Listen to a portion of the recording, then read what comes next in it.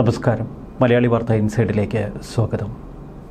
തോൽവിയുടെ കാരണം ഇടുക്കി CPM നേതാവ് MM മണി കൃത്യമായി പറഞ്ഞു. നന്ദിയില്ലാത്ത ജനം. പണം വാങ്ങി ശാപ്പാടടിച്ച് തിന്നെല്ലിൽ കയറ്റി. എത്ര രൂപ പെൻഷൻ ഈ ജനങ്ങൾക്കൊക്കെ കൂട്ടിക്കൊടുത്ത് വിതരണം ചെയ്തതാണ്. എന്നിട്ടും നന്ദിയില്ലാത്തവർ. ഇവിടെ പാലവും വികസനവും ഒക്കെ ഞങ്ങൾ കൊണ്ടുവന്നു, എന്തെല്ലാം ചെയ്തു, എന്നിട്ടും ഇവർ നന്ദി കാട്ടിയില്ല. MM മണി പറഞ്ഞതാണ് ശരി. ജനം നിങ്ങളോട് നന്ദി കാട്ടില്ല.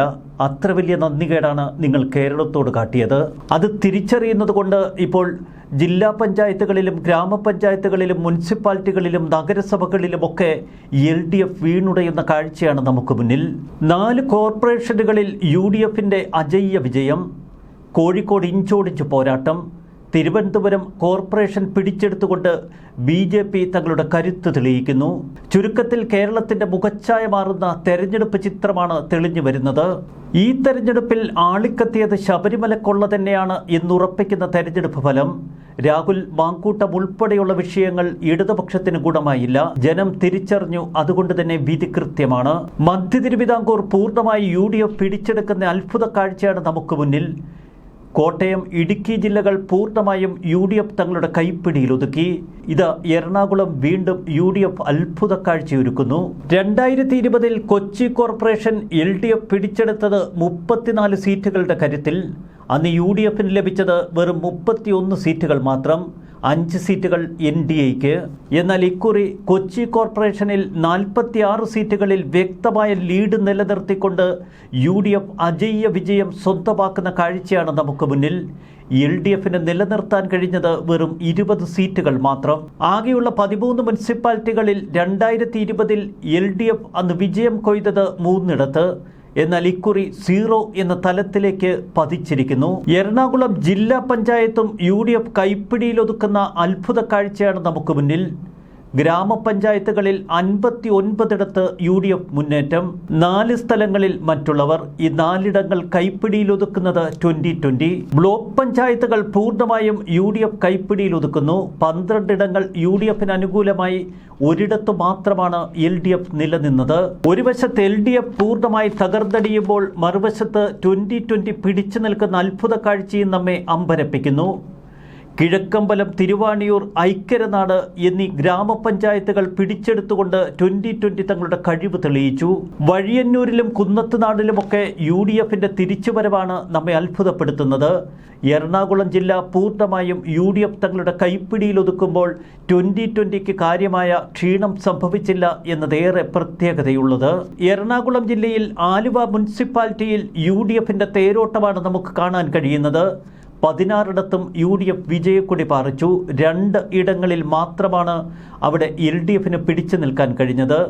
അങ്കമാലിയിൽ 12 വാർഡുകളും പിടിച്ചെടുത്തുകൊണ്ട് UDF മുന്നേറ്റം. 9 വാർഡുകൾ മാത്രമാണ് LDFന് അനുകൂലമായത്. ഏലൂരിൽ 11 UDF മുന്നേറ്റം. 7 മാത്രമാണ് LDF. കളമശ്ശേരിയിൽ 28 ഇടങ്ങളിലാണ് UDF തങ്ങളുടെ വിജയക്കൊടി പാറിക്കുന്നത്. 11 ഇടങ്ങളിൽ മാത്രം LDF.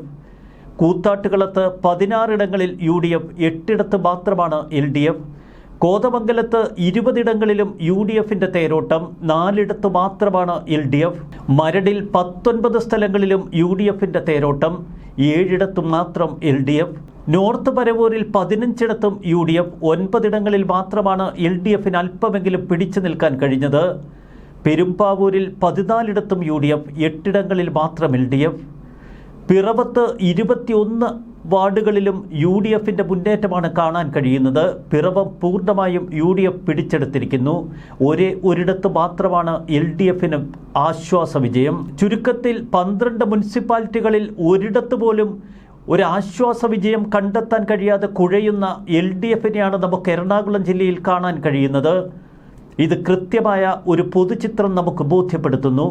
വരുന്ന നിയമസഭാ തെരഞ്ഞെടുപ്പിന് തൊട്ടു മുൻപുള്ള സെമി ഫൈനൽ എന്ന നിലയിൽ ഈ തെരഞ്ഞെടുപ്പ് ചിത്രം പരിശോധിക്കുമ്പോൾ എറണാകുളം ജില്ല പൂർണ്ണമായി UDFന് അനുകൂലമായി നിൽക്കുന്നു എന്ന് വ്യക്തമാവുന്നു. എന്നാൽ തൃശ്ശൂരിൽ സ്ഥിതി വ്യത്യസ്തമാണ്. തൃശ്ശൂർ ജില്ലയിൽ BJP തങ്ങളുടെ വോട്ട് ശതമാനം ഉയർത്തിയതാണ് UDFന് സംഭവിച്ച ക്ഷീണത്തിന് കാരണം. ശക്തമായ ത്രികോണ മത്സരം പല സ്ഥലങ്ങളിലും തൃശൂർ ജില്ലയിൽ നടന്നിരിക്കുന്നു എന്ന് വ്യക്തമാക്കുന്നതാണ് ഇപ്പോൾ LDFന് കിട്ടിയ നേരിയ മുൻതൂക്കം. ജില്ലാ പഞ്ചായത്തിൽ 21 ഇടങ്ങളിൽ LDF മുന്നേറ്റം, 9 ഇടങ്ങളിലാണ് UDF. കോർപ്പറേഷൻ പൂർണ്ണമായും UDF പിടിച്ചെടുത്തു. 33 വാർഡുകൾ അവർ സ്വന്തമാക്കി. 11 ഇടം LDFന്. മുനിസിപ്പാലിറ്റികളിൽ 5 ഇടത്തും LDF, 2 ഇടത്ത് മാത്രമാണ് UDF. ഗ്രാമപഞ്ചായത്തുകളിൽ ഭൂരിപക്ഷവും 52 ഇടത്തും LDF തങ്ങളുടെ സാന്നിധ്യം ഉറപ്പിച്ചു. 29 ഇടത്ത് UDF. ബ്ലോക്ക് പഞ്ചായത്തുകളിൽ 8 എണ്ണത്തിലും LDF വിജയം, 6 ഇടത്ത് മാത്രമാണ് UDF. 2020 തൃശൂർ കോർപ്പറേഷൻ പിടിച്ചെടുത്തിരുന്നു CPM. അന്ന് 24 വാർഡുകളിലാണ് CPM വിജയിച്ചത്. 23 ഇടത്ത് UDF. അതേ കോർപ്പറേഷൻ തെരഞ്ഞെടുപ്പിൽ ഇപ്പോൾ UDF തങ്ങളുടെ കോർപ്പറേഷൻ ഭരണം തിരിച്ചുപിടിച്ചു. ആകെയുള്ള 7 മുനിസിപ്പാലിറ്റികളിൽ 2020 5 ഇടത്താണ് LDF ഭരണം നിലനിർത്തിയത്. ഇപ്പോഴും LDF വിജയിക്കുന്നത് 5 മുനിസിപ്പാലിറ്റികളിൽ. ഗ്രാമപഞ്ചായത്തുകളിൽ 65 ഇടത്താണ് 2020 LDF വിജയിച്ചത്. എന്നാൽ ഇക്കുറി 52 എന്ന നമ്പറിലേക്ക് താഴുന്നു. ബ്ലോക്ക് പഞ്ചായത്തുകളിൽ 13 ഇടത്ത് വിജയിച്ച LDF ഇക്കുറി 8 ഇടങ്ങളിലേക്ക് കൂപ്പുകുത്തി. തൃശൂർ ജില്ലയിൽ മുൻതൂക്കം LDFനാണ് എങ്കിലും 2020 തദ്ദേശ ഭരണ തെരഞ്ഞെടുപ്പിന്റെ ഫലവുമായി തട്ടിച്ചു നോക്കുമ്പോൾ UDFന് ഏറെ മുന്നേറ്റമൊരുക്കാൻ കഴിഞ്ഞു എന്നത് വാസ്തവമാണ്. പാലക്കാട് ജില്ലാ പഞ്ചായത്ത് പൂർണ്ണമായും LDF പിടിച്ചെടുക്കുന്ന കാഴ്ചയാണ് നമുക്ക് മുന്നിൽ.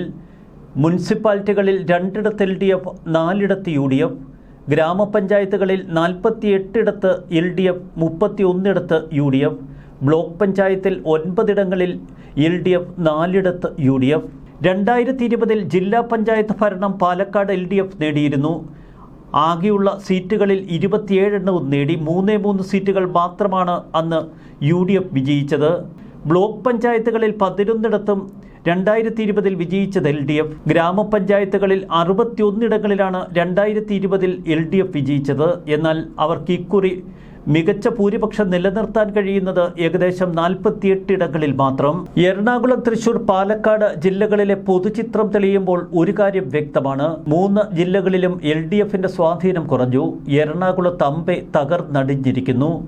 വ്യക്തമാണ് UDF മുന്നേറ്റം. ന്യൂസ് ഡെസ്ക് മലയാളി വാർത്ത ഇൻസൈഡ്.